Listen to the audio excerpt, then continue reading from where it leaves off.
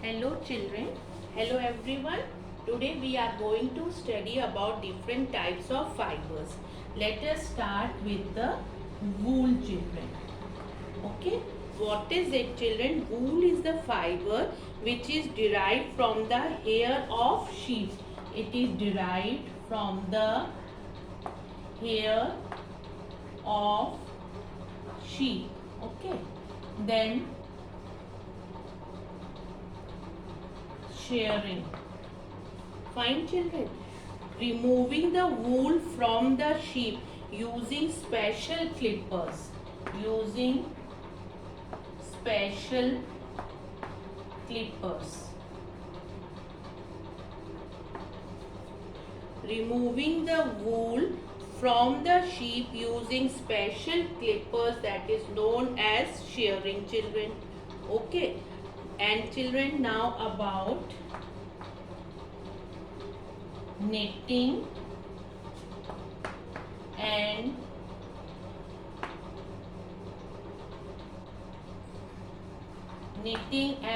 weaving.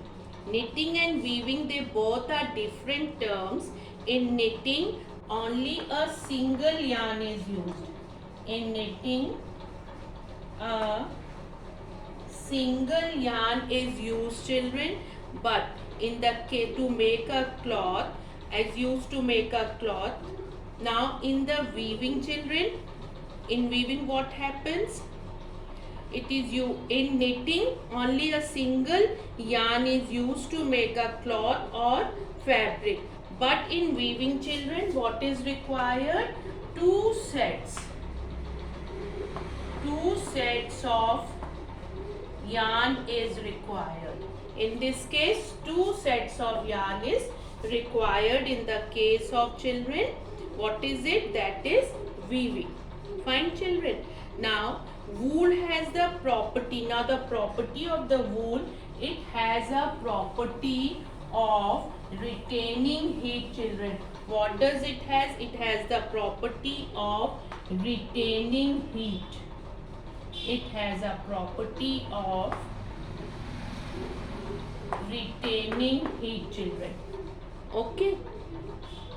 Now cloths made from wool are therefore worn in cold weather.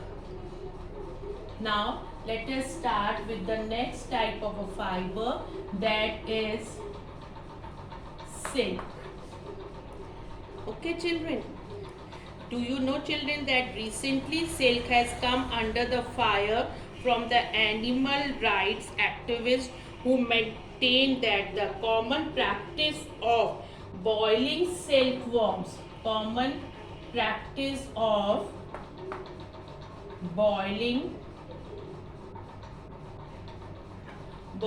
silkworms alive in their cocoons is cruel.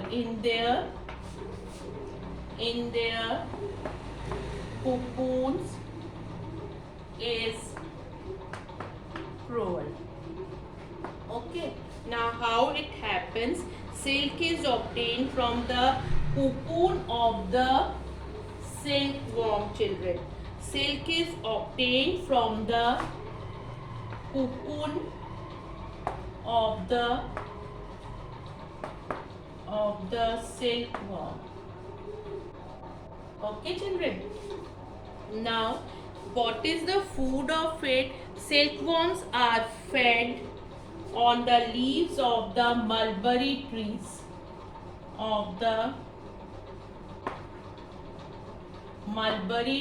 Children. Okay. Each worm spins a continuous thread. Up to 800 meters long to make a cocoon. Children. Then the cocoon is boiled in water. It is boiled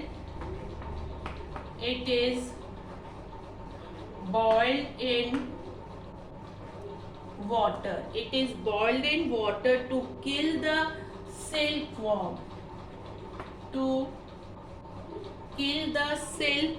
Children, and then unwound to get the silk. Then what do we get? We get the silk from it children.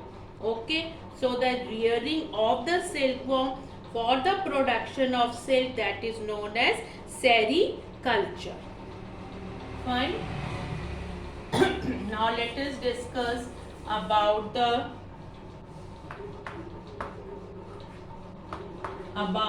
jute, children. Okay, jute is a long, soft, shiny plant fiber that can be spun into coarse, strong threads. And children, jute grows best in warm. Jute grows best in children warm, humid climates. Warm, humid climates with plenty of rainfall. With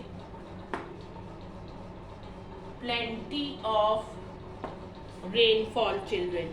Okay, and children, jute is one of the cheapest natural fiber, and it is the largest number of jute fiber in India. It is the largest producer of jute products in the world. Jute is the second most important fiber after cotton, children. Okay, now how do we get that fibers? After harvesting, the stalks of the plants are tied into bundles and they are retted, means they are soaked. They are retted. They are soaked in water for about some days. Then what happens in this process? This process softens the tissues. It softens the tissues, children. Okay, and permit the fibers to be separated. Then these fibers are stripped from the stalks in long strands and washed in clear running water. Then they are hung up or spread out to dry, children. And for after 2 or 3 days, we get that jute fibers. Okay. Now children, the different other fiber we are going to discuss, that is the synthetic fiber. What is the next one? That is synthetic fibers. That are nylon and polyester. Nylon and polyester are the synthetic fibers, children. They are actually plastics made from chemicals. They are obtained mostly from petroleum. From where, children? They are mostly obtained from the petroleum. Clear? The plastic is first heated to melt it. It is then forced through a device called spinner. They are forced to pass from a device that is known as spinner, children, which contains the fine holes. The long threads that emerge from the holes are allowed to cool and solidify. Allowed to cool and solidify, children. Then what happens? Several of these threads are twisted together to make a yarn. What is formed, children? The yarn is formed. The fibers are twisted together to form the yarn. Fine, children, which is then used to make synthetic cloth.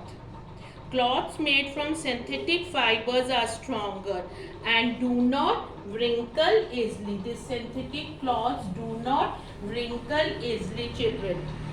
They also dry easily. They have less air spaces.